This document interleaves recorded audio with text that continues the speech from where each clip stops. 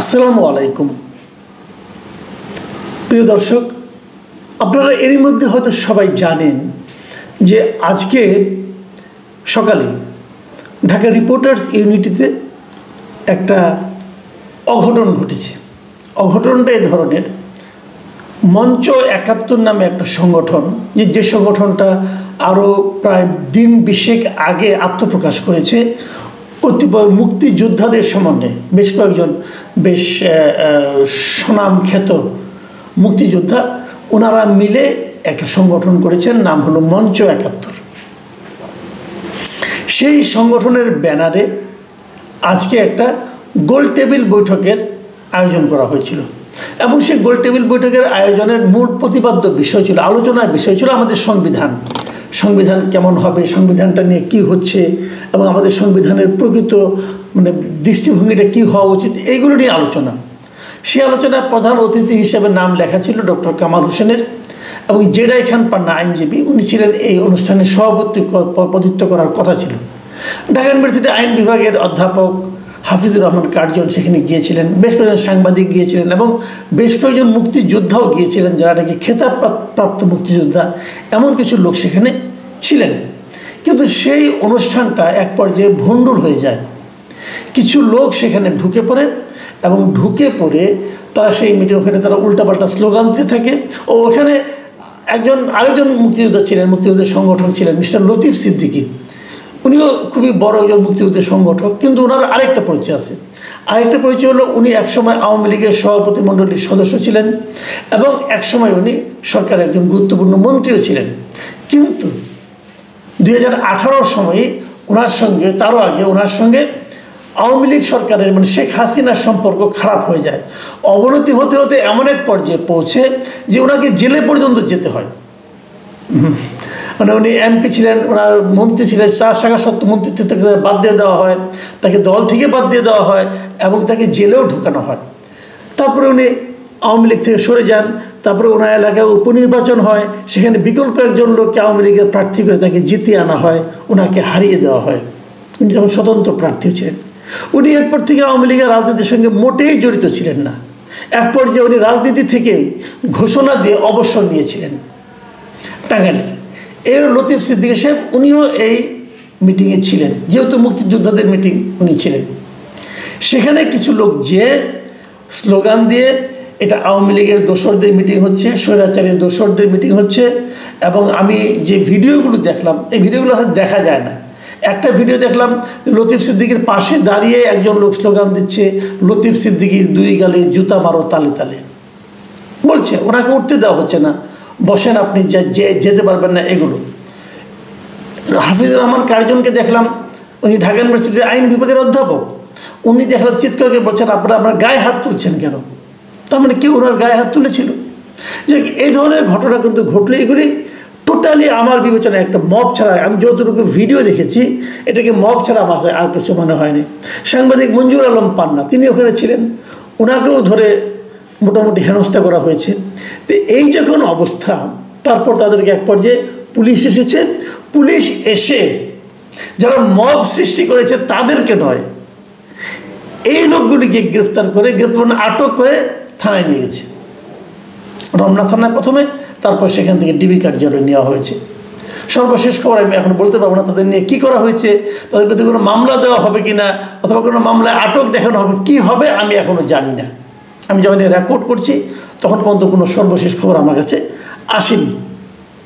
কিন্তু এই প্রত্যেকটা লোক, এদের অপরাধটা কি বলা হচ্ছে, যারা মব করে তারা পরে দেখলাম সাংবাদিক, তারা বলছে আমরা জানতে পেরেছি যে এখানে আওয়ামী লীগের পুনর্বাসনের চেষ্টা করা হচ্ছে, আওয়ামী লীগকে এই ব্যানারে আবার পুনরুজ্জীবিত করা হচ্ছে। কিন্তু এখানে আওয়ামী লীগের কে ছিল আমি এখনও বুঝতে পারলাম না। আমি হাফিজুর রহমান কার্জনকে চিনি ব্যক্তিগতভাবে।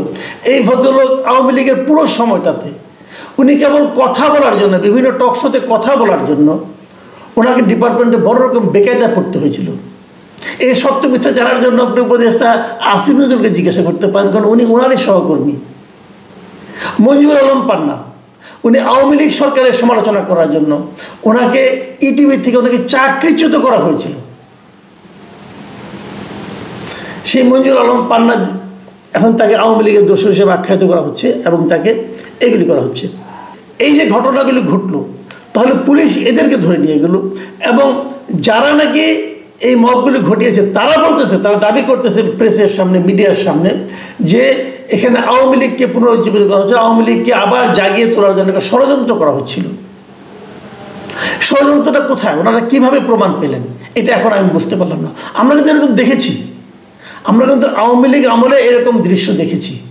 জামাতে 4-5 জন লোক হয়তো কোনো একটা রেস্টুরেন্টে বসে চা খাচ্ছে, তাদেরকে ধরে নিয়ে আসা হতো এবং ধরে এনে বলা হতো তারা সরকার বিরোধী ষড়যন্ত্র করছে, তারা রাষ্ট্রদ্রোহিতামূলক আচরণ, রাষ্ট্রের বিরুদ্ধে ষড়যন্ত্র করছে, এগুলি বলে তাদেরকে ধরে গ্রেপ্তার করা হতো।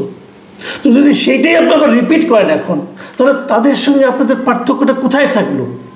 এরা আবার নিজেদেরকে বলছে এরা নাকি জুলাই যোদ্ধা, কোনো সংগঠন আমি জানি না। আমার এক সাবেক কলিগ সাংবাদিক, উনি এখন লন্ডন থাকেন, উনি দেখলাম একটা স্ট্যাটাস দিয়েছেন। সেই স্ট্যাটাসে বলেছেন যে মঞ্চ 71 নামে একটা ভুইফোড় সংগঠন। যদি মঞ্চ 71 ভুইফোড় সংগঠন হয়ে থাকে, তাহলে যারা জুলাই যুদ্ধ হিসেবে যে তাদের অ্যাটাক করলো, তারা কি ভুইফোড় সংগঠন নয়? এই সংগঠনের অস্তিত্ব কোত্থেকে আসলো? এখন জুলাই নামে অনেক সংগঠন বাজারে পাওয়া যায়, অনেক দোকান দেখবেন আপনি। কিছু হলে জুলাই চেতনা, কিছু হলে জুলাই যুদ্ধ, যেমন আমরা আগে দেখতাম মুক্তিযুদ্ধের চেতনা, অমুক তমুক, একই জিনিস আমরা রিপিট দেখতে পাচ্ছি।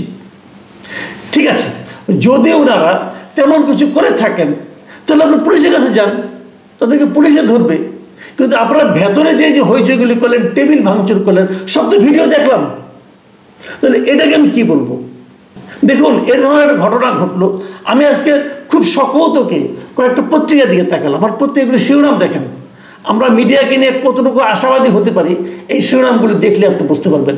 প্রথম আলো শিরোনাম করেছি, লতিফ সিদ্দিকী ও ঢাকা বিশ্ববিদ্যালয়ের শিক্ষককে অবরুদ্ধ, পুলিশের সোপর্দ। সমকাল শিরোনাম করেছে, লতিফ সিদ্দিকী ও ঢাকা বিশ্ববিদ্যালয়ের শিক্ষককে অবরুদ্ধ করে পুলিশের সোপর্দ। একই লাইন, একই কথা। ইত্তেফাক রিপোর্ট করেছে, তার শিরোনাম, ঢাকা রিপোর্টার্স ইউনিটি থেকে লতিফ সিদ্দিকী আটক। আমার দেশের শিরোনামটা কি?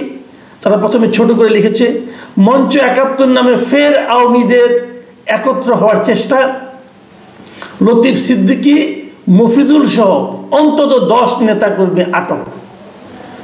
লতিফ সিদ্দিকী তো আওয়ামী লীগের কেউ না রে ভাই, আপনি কী করে লেখলেন? আর মঞ্চ 71 নামে যে আওয়ামীদের একত্রিত হওয়ার চেষ্টা, এটা আপনি প্রমাণ করবেন কিভাবে? আপনি প্রমাণ করতে পেরেছেন? মুখে যা আসলে বলে দিলেন, এর নাম সাংবাদিকতা?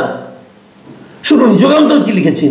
যুগান্তর লিখেছে মঞ্চ 71, আবার ওটা রেখেছে ইনভার্টেড কমার মধ্যে। ইনভার্টেড কমার মধ্যে রাখা দরকার কি? মঞ্চ 71 তো একটা ঘোষিত সংগঠন।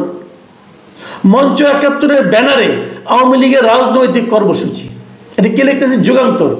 ওনারা কী করে প্রমাণ করবেন এটা আওয়ামী লীগের রাজনৈতিক কর্মসূচি? আমি বুঝি না, মানে সম্পাদকীয় দায়িত্ব কারা পালন করেন? এটা সম্পাদকীয়, এটা মানে সংবাদপত্রের কোন এথিক্সে পড়ে যে আওয়ামী লীগের রাজনৈতিক কর্মসূচি এটা আপনি প্রমাণ করতে পারবেন? হ্যাঁ, একটা জায়গায় পারবেন, সেই প্রসঙ্গে একটু পরে আমি বলছি। কালের কণ্ঠ লিখেছে, সাবেক মন্ত্রী লতিফ সিদ্দিকী আটক। এটা খুব ফ্ল্যাট একটা হেডলাইন করছে, মোটামুটি আমি এটাকে ভালোই বলবো। কিন্তু এখানে একটা কথা, সেই কথাটা হলো কি, মূল ঘটনা তো লতিফ সিদ্দিকী আটক নয়। ওখানে একটা মব হলো, একটা গোল টেবিল বৈঠক করে করে আপনি ধ্বংস করে দিলেন, ওটা নিয়ে কোনো আলোচনা নেই, ওটা কোনো শিরোনাম নেই, ওটা মূল নিউজ না। আজকের পত্রিকা শিরোনাম করেছে, লতিফ সিদ্দিকী ও অধ্যাপক হাফিজুর সহ ডিআরইউর অনুষ্ঠান থেকে আটক 11 জন ডিবি হেফাজতে। মানে যাদের আটক করা হয়েছে ওদের ডিবি হেফাজতে নেওয়া হয়েছে। এই যে বিষয়গুলো হয়েছে, দেখুন আমি আজকের পত্রিকা থেকে একটু মানে নিউজের প্রথম কয়েকটা লাইন পড়তে চাই। শুনুন কী লিখেছে তারা। রাজধানীতে মব সৃষ্টি করে মুক্তিযুদ্ধ ও সংবিধান বিষয়ে একটি আলোচনা সভা পণ্ড করা হয়েছে। ওনারা কিন্তু পণ্ড বিষয়টি আগে এনেছেন। তারপর লিখেছেন, ওই আলোচনা সভায় বক্তা হিসেবে যোগ দেওয়া আওয়ামী লীগ থেকে বহিষ্কৃত নেতা সাবেক মন্ত্রী আব্দুল লতিফ সিদ্দিকী ও ঢাকা বিশ্ববিদ্যালয়ের আইন বিভাগের অধ্যাপক শেখ হাফিজুর রহমান কার্জনকে হেনস্থা করা হয়েছে। পরে পুলিশ এসে তাদের 2 জন সহ 11 জনকে নিরাপত্তার খাতিরে গোয়েন্দা পুলিশের কার্যালয়ে নেওয়া হয়েছে। দেখুন এটুকু ঠিক আছে, ওনাদের নিউজটা আমার কাছে ভালোই লেগেছে যে তারা আসলে খুব মানে অবজেক্টিভ জার্নালিজমটাই করেছে। তো এখন অন্যরা কী করলো? অন্যদের ভাবখানা মনে হলো যে ওইটা যে একটা মিটিং যে পণ্ড করা হলো, একটা গোল টেবিল বৈঠককে যে পণ্ড করা হলো, এটা ইম্পর্টেন্ট না। ওখানে যে মব তৈরি করা হলো এটা ইম্পর্টেন্ট না, ইম্পর্টেন্টটা কি লতিফ সিদ্দিকী গ্রেপ্তার করা হয়েছে, মানে পাঠকের দৃষ্টিটাকে ওইদিকে ঘুরিয়ে দেওয়া হচ্ছে। তার মানে প্রকারান্তরে এরাও কিন্তু এই ধরনের মবকে এক ধরনের প্রশ্রয় দিচ্ছে। আমরা এতদিন বলে এসেছি যে সরকার প্রশ্রয় দিচ্ছে, সরকারের প্রেস সেক্রেটারি তো বলেই বসেছেন, একটা স্বীকৃতি দিয়েছেন, এটা মব না, এটা হলো প্রেশার গ্রুপ। এখানে প্রেশারটা কীভাবে গ্রুপ পালন করলো আমরা বুঝান তো ভাই, জনাব শফিকুল আলম ভাই একটু বুঝান, আপনারা করছেনটা কি? আগামীকাল যে কোনো জায়গায় তারা যাবে। আমি তো মনে করি যে যদি মব যারা সৃষ্টি করলো তারা এটা করতে পারে গণতন্ত্রের কোন ধারায় করতে পারে? গণতন্ত্র বাদ দেন, আইনের কোন ধারায়? একটা রিপোর্টার্স ইউনিটির মতো একটা জায়গায় একটা মিলনায়তন ভাড়া নিয়ে তারা একটা অনুষ্ঠান করছে, তার মধ্যে ঢুকে তাদেরকে আপনি মারপিট করে তাদেরকে মিটিং পণ্ড করে দেওয়া, ভিতরে যে উল্টাপাল্টা স্লোগান দেওয়া, অশ্লীল স্লোগান দেওয়া, দুই গালে তালে তালে জুতা মারা স্লোগান দেওয়া, এটা আইনের কোন ধারায় বৈধ? এই কথাটা আমাকে বোঝান আপনারা।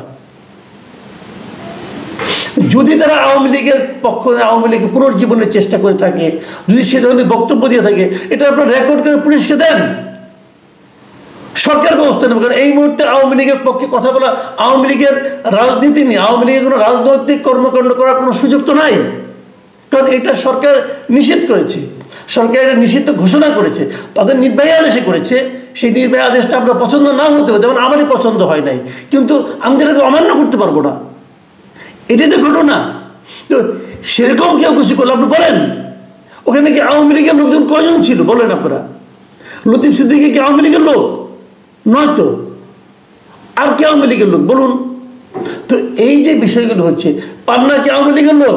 হাফিজুর রহমান কার্জন কি আওয়ামী লীগ করেন? আমি দেখলাম একজন প্রখ্যাত সাংবাদিক মাহবুব কামাল, উনি লিখেছেন যে আমি জীবনে কোনোদিন আওয়ামী লীগ করিনি, আওয়ামী লীগের সঙ্গে কোনোদিন সম্পর্ক ছিল না, তারপরেও বোধহয় উনি ওখানে গিয়েছিলেন, আমাকে 3 ঘন্টা আটক থাকতে হলো। এটা কি প্রমাণ করে আমরা কোন রাজত্বে আছি? এর নাম কি শাসন? আমি একটা লিখেছিলাম, আমি আজকে একটা ফেসবুকে একটা স্ট্যাটাস দিয়েছিলাম এটা নিয়ে। তা আমি বলেছিলাম যে আমার কাছে মনে হয়েছে যে এরকম দুর্বল এবং মেরুদণ্ডহীন সরকার আমি এর আগে দেখিনি, যাদের কোনো অ্যাকশন নেওয়া হয় না। সেখানে মানে কত লোক যে কত ধরনের মন্তব্য করেছেন, পজিটিভ মন্তব্য বেশি, যারা নাকি নেগেটিভ মন্তব্য করেছেন তাদের আমি এবার দেখার চেষ্টা করছি লোকগুলিকে, ওগুলো সম্ভবত বট, কারণ ওখানে প্রায় দেখি লক করা, তাদের প্রোফাইল লক করা, আবার অনেকে দেখলাম তাদের রিসেন্ড করেছে, যাই করে কোনো সমস্যা নেই এতে আমার। কিন্তু আমি খালি একটা কথা বলি, এই যে জুলাই বাহিনী, অমুক বাহিনী, তমুক বাহিনী, তারা যে আমাকেও বলে, কিন্তু আমাকে, তারপরে আমাদের একটা গ্রুপ ছবি ছিল আমার, আনিস আলমগীরের এবং আব্দুল নূর তুষারের, সেখানে দেখলাম যে প্যারিস থেকে আবার উস্কানি দিচ্ছে পিনাকি ভট্টাচার্য যে এদেরকে এখনই গ্রেপ্তার করতে হবে, নাহলে দেশ থেকে উচ্ছন্নে যাবে।